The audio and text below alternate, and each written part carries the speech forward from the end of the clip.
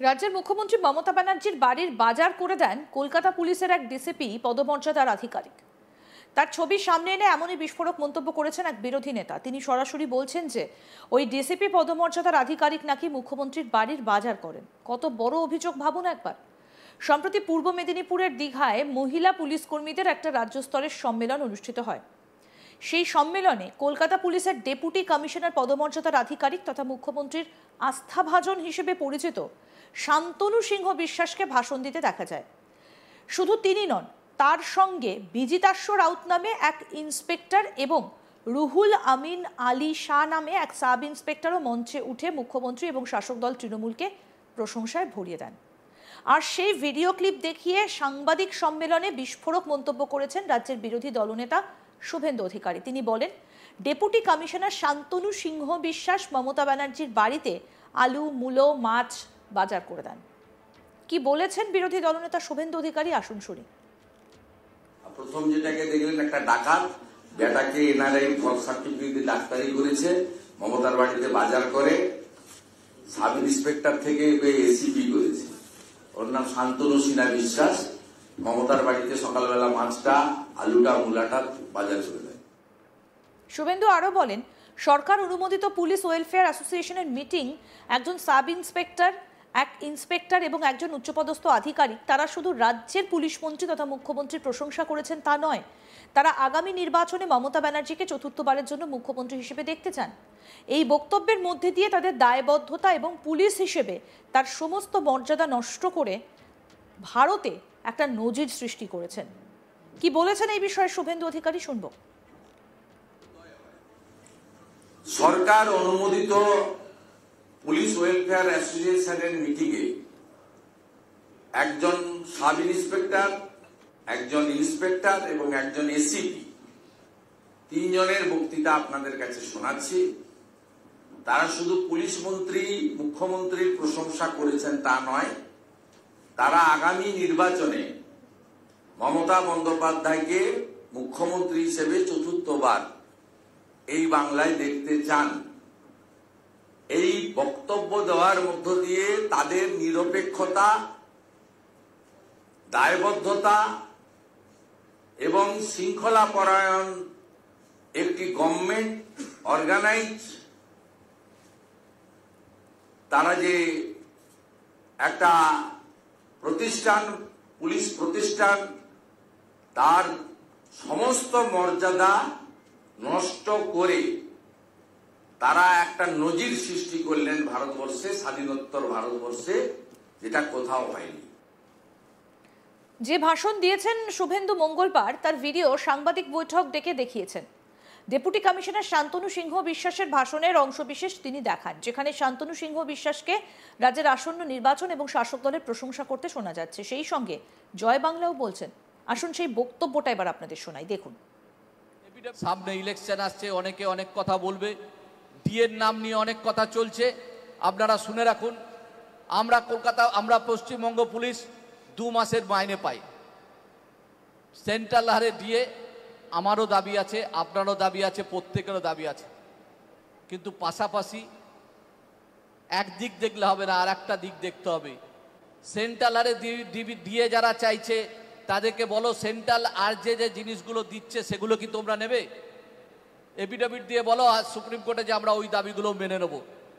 সুতরাং একদিকের কথা শুনে কেবল ডিএ করে চেল্লিয়ে যারা কোনো রকম কাজ করে না, মানে করোনার টাইমে 2 বছর ধরে বসে বসে মাইনে পেল, তাদের কিছু অংশ গিয়ে একটা জায়গায় বসে আন্দোলন করছে, আসল সত্য তথ্য বলছে না। রাজ্য সরকার কি দিচ্ছে, আমরা কি পাচ্ছি, সেই অভিভাবিকার আন্ডারে ছাতার তলায় আমরা আছি। দিন এসছে, আগামী দিন আসছে, আমাদের ঋণ শোধ করার দিন। সকলে একসাথে হন, এক ছাতার তলায় থাকুন। আমাদের মুখ্যমন্ত্রী, আমাদের অভিভাবিকা, আগামী ভারতের কাণ্ডারি, সেই দপ্তরের কোনো অসুবিধা থাকবে বলে আমি মনে করি না। সুতরাং আগামী দিনে তার আশীর্বাদে সমস্ত কিছু পূর্ণ হবে এবং আগামী দিন যিনি আমাদের আশীর্বাদ করছেন তার ঋণ পূরণ করার দিন। সুতরাং আপনারা তৈরি হন। আমরা দীঘায় এসছি। জয় জগন্নাথ এবং জয় বাংলা বলে আমি আমার বক্তব্য শেষ করছি। অনুষ্ঠানে নবান্নে বিজিতাশ্ব রাউত নামে এক ইন্সপেক্টর বলেন, লড়াই শুরু হলো, 26 মে পর্যন্ত এই লড়াই চলবে। চতুর্থবারের জন্য মমতা ব্যানার্জিকে নবান্নে দেখা না পর্যন্ত লড়াই চলবে। আসুন এবার তার সেই বক্তব্যটা আপনাদের শোনাই, দেখুন।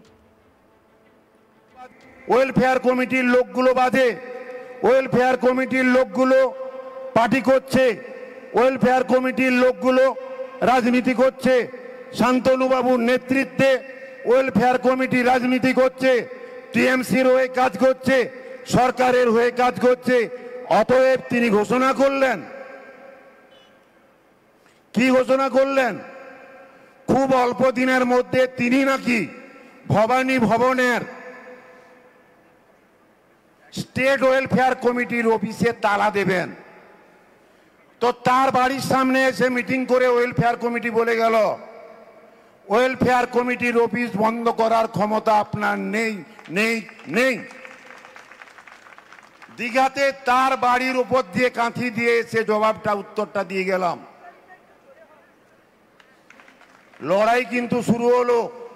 এই লড়াই চলবে 26 মে পর্যন্ত, যেদিনকে আমরা আবার নবান্নে মমতা বন্দ্যোপাধ্যায়কে চতুর্থবারের মতো মুখ্যমন্ত্রী হিসাবে শপথ নেওয়া দেখব, সেদিন আমাদের লড়াই কিন্তু থাকবে।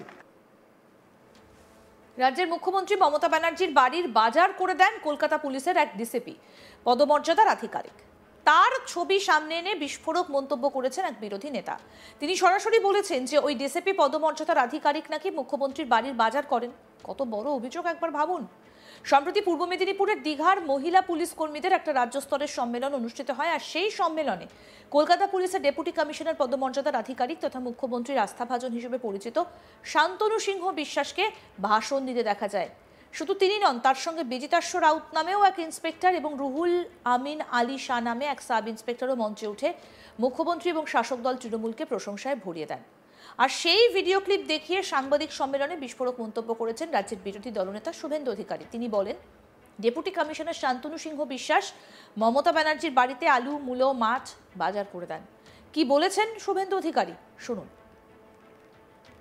প্রথম যেটাকে দেখলেন, একটা ডাকাত বেটাকে এনআরআই ফল সার্টিফিকেট দিয়ে ডাক্তারি করেছে, মমতার বাড়িতে বাজার করে সাব ইন্সপেক্টর থেকে এসিপি করেছে। ওর নাম শান্তনু সিনহা বিশ্বাস। মমতার বাড়িতে সকালবেলা মাছটা, আলুটা, মূলাটা বাজার করে দেয়। এবার আপনাদের শোনাই যে যাদের বিরুদ্ধে অভিযোগ করেছেন শুভেন্দু অধিকারী, এই শান্তনু সিংহ বিশ্বাস কি বলেছিলেন, শুনুন। সামনে ইলেকশন আসছে, অনেকে অনেক কথা বলবে, ডিএর নাম নিয়ে অনেক কথা চলছে। আপনারা শুনে রাখুন, আমরা পশ্চিমবঙ্গ পুলিশ 2 মাসের মাইনে পাই। সেন্ট্রাল হারে ডিএ আমারও দাবি আছে, আপনারও দাবি আছে, প্রত্যেকেরও দাবি আছে। কিন্তু পাশাপাশি একদিক দেখলে হবে না, আর একটা দিক দেখতে হবে। আরো আপডেট পেতে দেখতে থাকুন আজ তাক বাংলা। সাবস্ক্রাইব করুন, নোটিফিকেশন পেতে বেল বাটন অপশন প্রেস করুন।